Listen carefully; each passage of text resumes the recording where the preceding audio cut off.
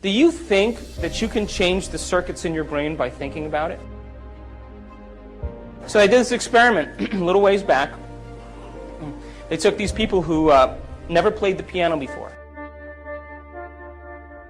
And they separated them into 4 categories. And they said, listen, we're going to scan your brains before you learn these exercises, and then we're going to scan your brain after. And all you have to do is show up for 2 hours a day in practice for 2 weeks. Okay? And just follow the instructions. And we're going to hook your brain up to these sophisticated scans, and we're going to see what happens before and after. So they got with these people, and they said, okay, first group, here's the scales and here's the chords. They're one-handed exercises. Practice them over and over again. Keep playing them. So they played every single day, 2 hours a day for 2 weeks. They scanned their brains before, they scanned their brains after. After 2 weeks, guess what happened? A whole new set of circuits lit up in their brain that never lit up before. That makes sense. You learn something new. Learning is making new connections. Repeating it over and over again is sustaining or maintaining those connections, and that's called memory. So they memorized what they were doing by physically practicing or personalizing what they learned. Make sense? Standard, simple. They took the second group of people and they said, listen, we want you to play 2 hours a day for 2 weeks. We're going to scan your brain before and after, but you know what we're going to do? We're not going to tell you how to play anything. You just come and do whatever you want. Play whatever you want. So at the end of 2 weeks, guess what happened to them? Nothing. You know why? Because they couldn't remember what they had learned the day before. And they couldn't remember what they played the day before, and they had no structure. They got no instruction and no knowledge to be able to apply it to make some steady circuits. Took the third group of people, they said, listen, don't even show up. Don't even create your day. Same thing. Nothing happens. Last group of people, they said, listen, we want you to come 2 hours a day for 2 weeks. We're going to show you these one-handed exercises. But instead of you physically playing the piano, we want you to mentally rehearse over and over again those exercises. We know you're going to get tired, so we'll nudge you and we'll keep you awake, but you practice for 2 hours a day and you keep repeating those. At the end of 2 weeks, they rescanned their brain, and guess what happened? Same area of the brain lit up as if they were actually playing the scales. Now, you know what that means? They grew new circuits in their brain just by thinking about it. Just by thinking, just by rehearsing. Now, every time we learn something new, we make new circuits in the brain. If you learn anything new, learning is making a new connection in the brain, new neurological connection. Memory is maintaining or sustaining those connections, keeping them alive. And the only way that we maintain and sustain connections in the brain is by repetition. Repetition allows the neurons to develop a long-term relationship. So these people, every single day, made it the most important thing. They gave up their social engagements, they gave up television. They said, I'm going to mentally rehearse the greatest ideal of myself every single day. And as long as I keep doing it every day, what's going to happen to those circuits? They're going to light up and become the more sustainable circuits to act as a platform of who they will become in the future. During this process of rehearsal, while they were sitting down rehearsing who they were going to be, just like the piano players, rehearsing over and over again, they had long moments where they lost track of time and space. In other words, they became so involved with what they were doing that when they opened their eyes or they lifted up their eye masks or when they turned the lights on in the room, it was 2 hours later and it only seemed like 5 minutes. They were so involved with what they were doing that they lost the feedback of the body, they lost the feedback from the environment, and they lost track of time. And the moment that that happens, geniuses, that's the moment we walk through the door to the quantum field. And that is the moment, by the way, according to neuroscience, that we repattern and rewire the brain. And by the way, guess what part of the brain is the most active when we do that? Frontal lobe, because isn't it true that we're making thought more real than anything else in that moment? And because the frontal lobe is the orchestra leader, it has its connections to the rest of the brain.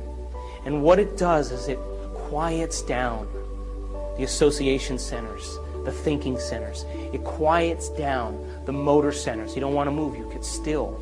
It quiets down the emotional centers.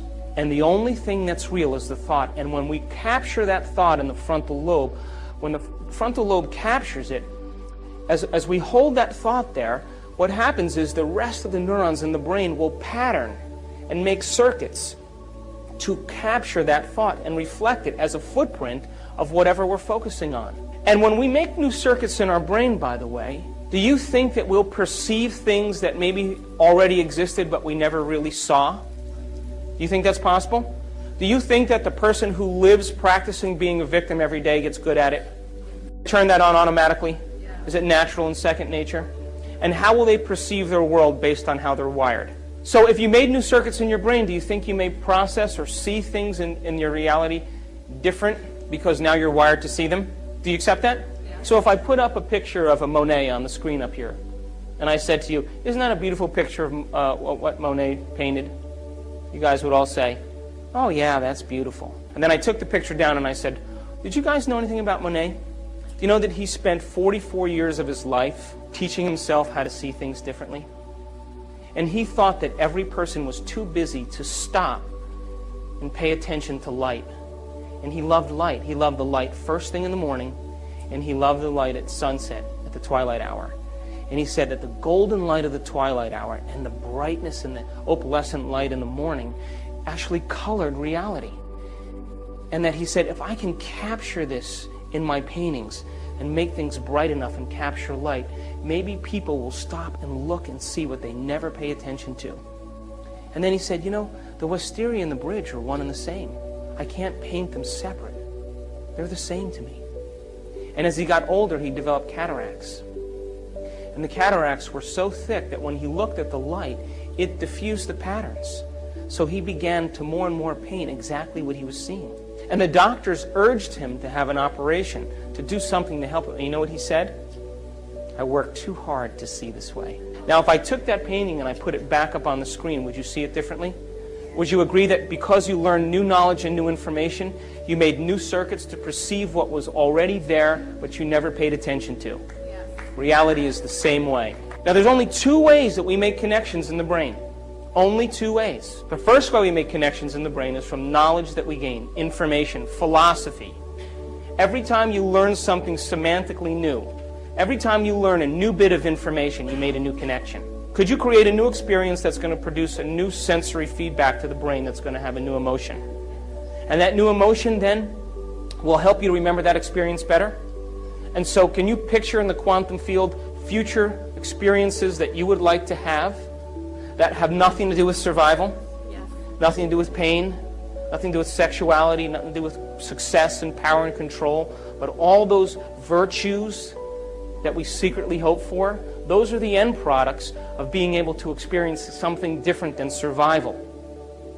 But you see, we're so wired for survival that the human being thinks that what's happening out there is more real than what's happening in here. What makes us so unique, geniuses, as human beings, is that when other species are subjected to harsh environmental conditions, right, they have to continuously expose themselves to it over and over again until they start to modify their behavior. And as they start to modify their behavior, after several generations, they may be able to change their genetics and produce a way to acclimate or change as a result of that environmental stimuli. What's that called? Evolution, right? But that may take thousands of years. Human being doesn't have to do that. Human being, because of the size of the frontal lobe, can change in a year, can modify themselves in a week, can become a different person in a day.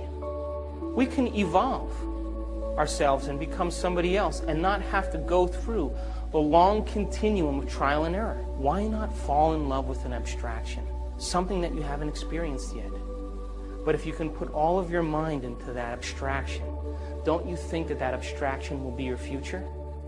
Don't you think that's possible? And don't you think you'll wire your brain to be exactly what your future dictates?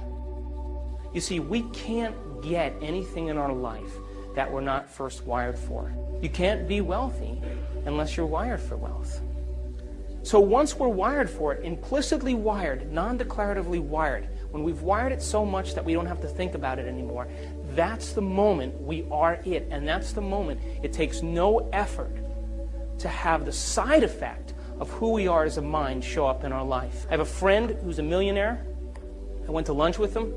He said, today I lost everything that I owned. Pass the ketchup. And I looked at him and I pushed the ketchup over there, and he's talking to me, and I said, Jerry, aren't you upset? He said, what do you mean? I said, well, you lost everything, you owned. He said, what? He said, I am money. I've made it thousands of times. I've made it 100 times. I'm going to go make it back in 2 weeks. So the question is, who are we going to rehearse ourselves to be every morning?